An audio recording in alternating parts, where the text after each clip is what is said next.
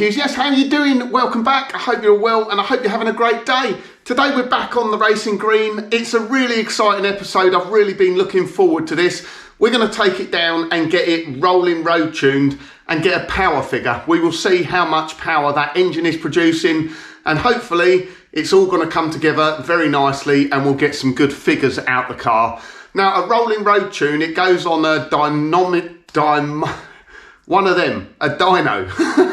and what it does is it allows you to run the engine through the full rev range up to maximum speed with the so it's front wheel drives with the front wheels on the rollers, and it applies a load. So it's like you're driving along the road but you're stationary on the rollers, and that allows you to make adjustments to things like the mixture, the needle, the timing.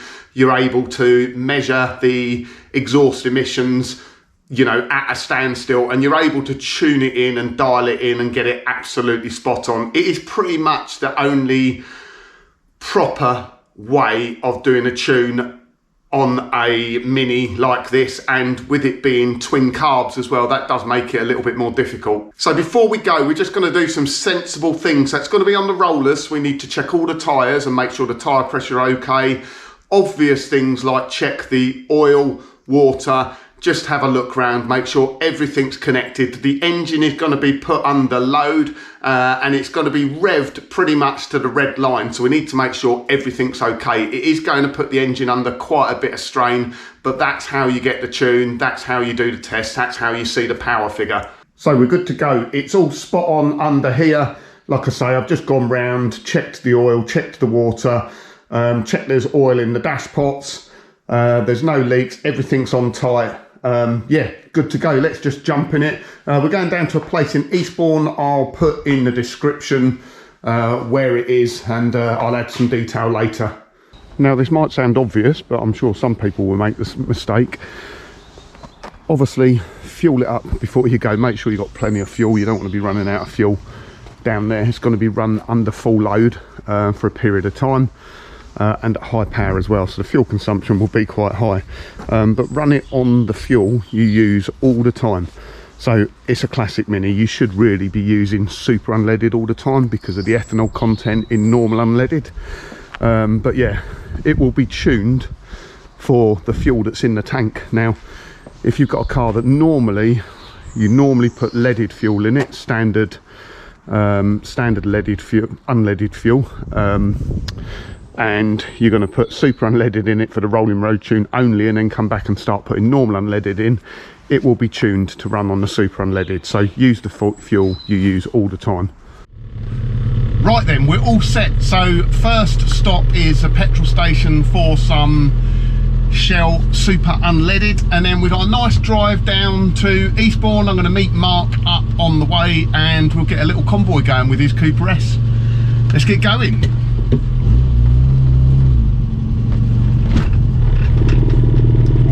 More choke required.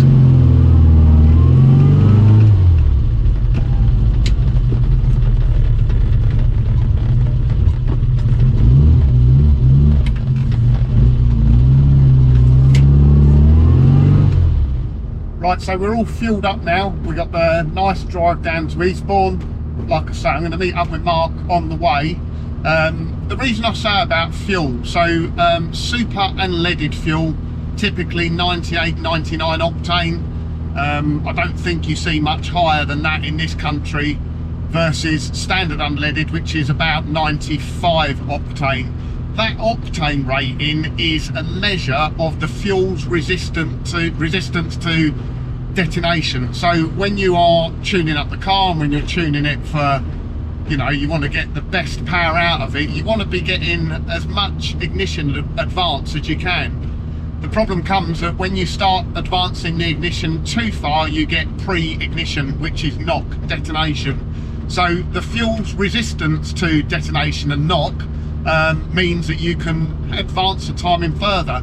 Now, if you're driving a modern car, that does that automatically. So when you change fuel types, the vehicle is clever enough to be able to adjust the timing. It has a knock sensor on there and it will be constantly optimizing the ignition timing through the ignition map but we're talking cars sort of, you know, 1990, late 90s onwards. So certainly a carburetted Mini doesn't have that technology.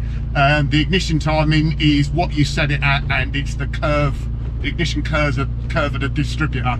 So yeah, you need to get it set right, and obviously using super unleaded fuel, higher octane rating gives you more chance of getting better ignition advance without the engine detonating, pre-igniting, pinking, it's commonly referred to. It's that rattly noise like you're shaking a can of marbles. That is actually detonation inside the engine, and will destroy the engine very quickly if you're running an engine in that condition, particularly a turboed car. So what power do we think the Racing Green will make? Comment in the description now, and before we find out, get down there and put down now and see if you're correct or not. I reckon, I'm going to say 67 brake horsepower. I'll be happy with that. Anything over that I'll be over the moon with. What about Mark's Cooper S? So the Mark III Cooper S, now that's a Swift Tune 1275, built by Swift Tune, and it is on twin, I think they might be HS4s, but it's on twin carbs anyway. I reckon Mark's Cooper S,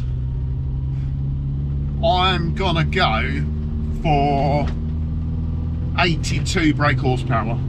That's my guess. So let's get down there and yeah, like I say, comment down the bottom and see how close you were.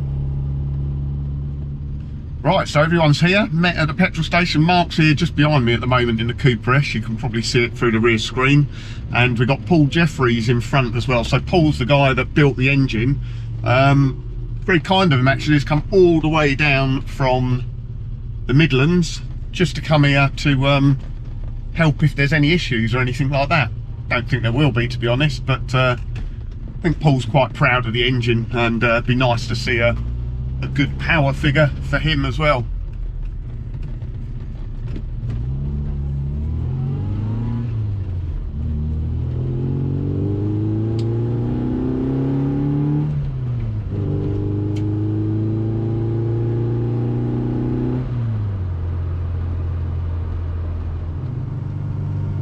I've got to admit, it is really, really nice to see Mark's car in front like that. Obviously Mark done a massive nut and bolt restoration on that, complete new floor. Yeah, just the amount of work that went into that car. To see it on the road driving now is absolutely brilliant. And this car as well, you know, you've followed this car. If you watch the channel, you know how much time and effort has gone into this car. To see the two cars finally together driving along the road, I would say on a lovely sunny day. It's not bad today, it's quite cold. Nice scenery around this part of the world, but could do with the sunshine poking through. Don't like this wet stuff on the screen.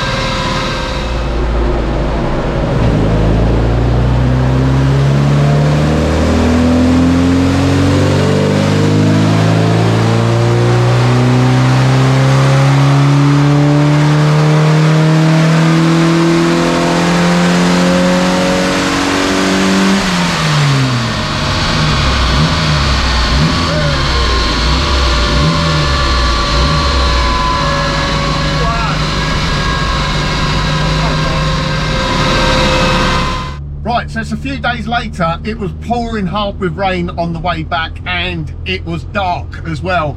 So the actual rolling road session lasted about 2 hours each. Cost of the rolling road was £140 each, so I don't think that's bad for a rolling road for 2 hours, and lots of tweaks and changes to get the car running perfectly. Now, before I get too much into it, I just did want to sort of mention that when we talk about brake horsepower figures, brake horsepower is, and I'll say this a few times, it's pub talk. It's when you're down the pub, how many brake horsepower does your car make? But in reality, does it matter that much? No, it doesn't. Torque is far more important. Brake horsepower is what the car makes at the very, very top end of its rev range. So when you see, you know, 60, 70 brake horsepower at 7,000 RPM, are you ever driving at that sort of engine RPM?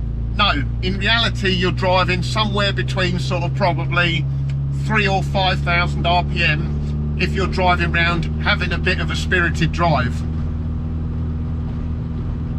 And also it's worth mentioning that manufacturers' claimed figures, certainly back in the 80s when this Mini was produced, were the quoted figures were the best figures they could get out of that engine. So when they would have tested it, they would have picked the best engine. It would have been set up perfectly, and it would have been run in the best environment possible. So it would have been very, very rare back in the 80s to take a claimed 41 brake horsepower Mini, put it on a rolling road and actually see 41 brake horsepower. They were typically always a few horses went missing, and you never quite got what it said on the tin.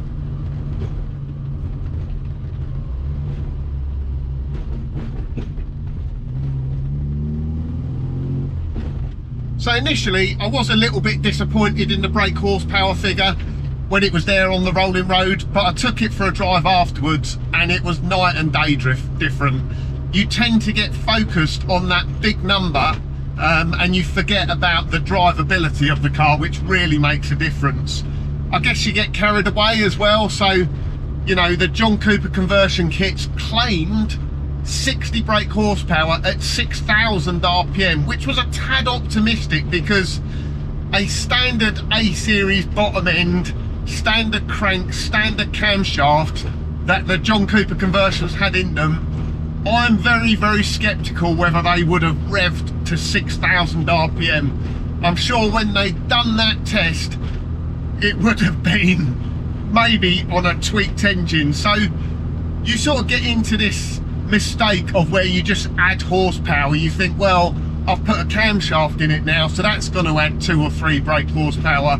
I've put some fancy MED roller rockers on there, that's going to give me a brake horsepower. I've done X and I've done Y, and you can't just add it. It doesn't work like that. You can't just keep adding brake horsepower like that.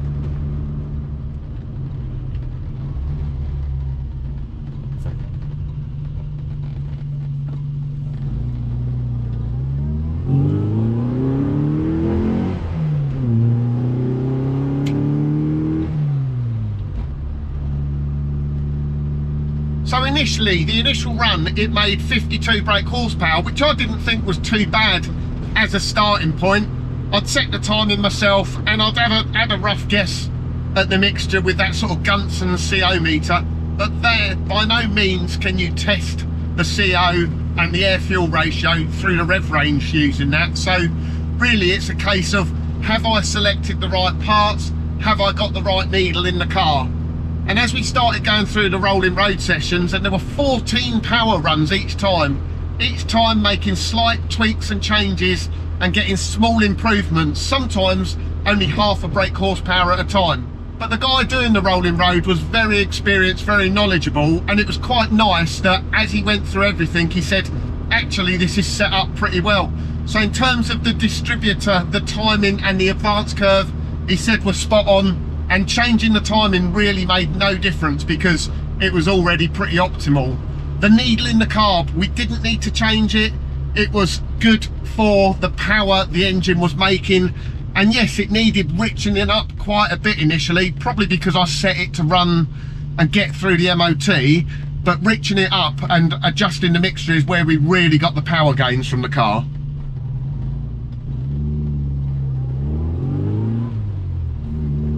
So like I say, it's easy to get caught up in the brake horsepower figure sometimes, but let's not forget as well, the standard Mini was 41 brake horsepower. The John Cooper conversions kits took it to 60 brake horsepower, which is a 50% improvement, which is quite impressive and certainly something you'd feel on the road. The biggest difference though was in the torque figure, and that again, like I say, the torque is the bit that pushes you back in the seat. It's the acceleration you feel. Yeah, that's what makes a car feel fast. Now with the torque, we went from around about 43, 45 pounds-feet of torque right to above 60 pounds-feet of torque, and the most important bit, that peak torque was around pretty flat, around 60 pounds-feet, right from sort of 3.5 to 5,000 RPM, which is typically in the range you drive the car when you're going around the twisty road. So like I say, torque is the bit, it's the bit that pushes you back in the seat, it's the acceleration, it's the bit that makes the car nice to drive. And what was interesting as well, so Mark's car, and I'll do a video specifically on Mark's car because there were some brilliant power gains made there. Mark's car originally, before it was tweaked, was running, I think it was 72 brake horsepower.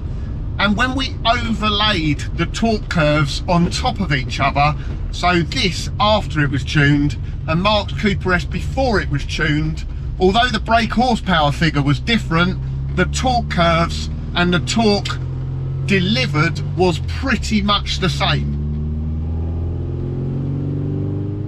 And just an example, so when I'm talking about torque, now we're running just under 3,000 RPM. And you know, if we were going around country roads, this is about where we're at. If we plant the throttle now, it just picks up really nice, really quick, crisp, keeps pulling, pulling, pulling. And all of a sudden we're at national speed limit, so we better slow down. So now the Racing Green is all tuned up and it's all set up. It is actually slightly more powerful than the original John Cooper conversions claimed power figures, and it actually delivers that power lower end or lower on in the rev range, so it's a bit more useful.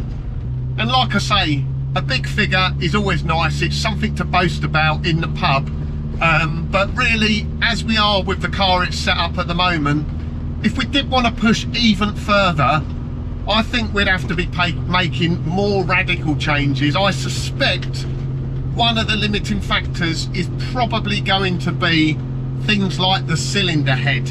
Now, that is the original cylinder head from John Cooper garages, built by them, ported by them, or allegedly, sometimes I think Janspeed at the time, or whoever they were using. But I really don't want to go down the route of going through radical changes and changing things like the cylinder head, because you know the lengths I went to make sure this was a matching numbers car with the original engine. So it would be really sacrilege to start going that far into the engine tuning. Now it's a nice day again today, so let's go up the road here, let's turn around and let's do a pull through the gears again. Right, 3, 2, 1, let's go.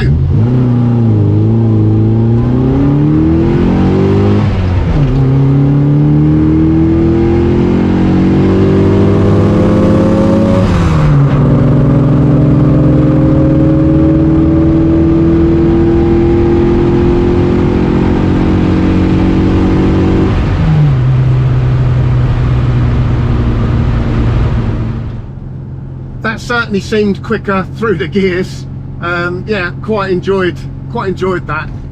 It's a nippy little car. Right, so there we go, rolling road tune done. I hope you enjoyed that video. I'm very pleased with the results. I actually went back and I looked at the numbers before and after. The rolling road tune improved the power. We got a just over 17% improvement on the power when the car drove in there.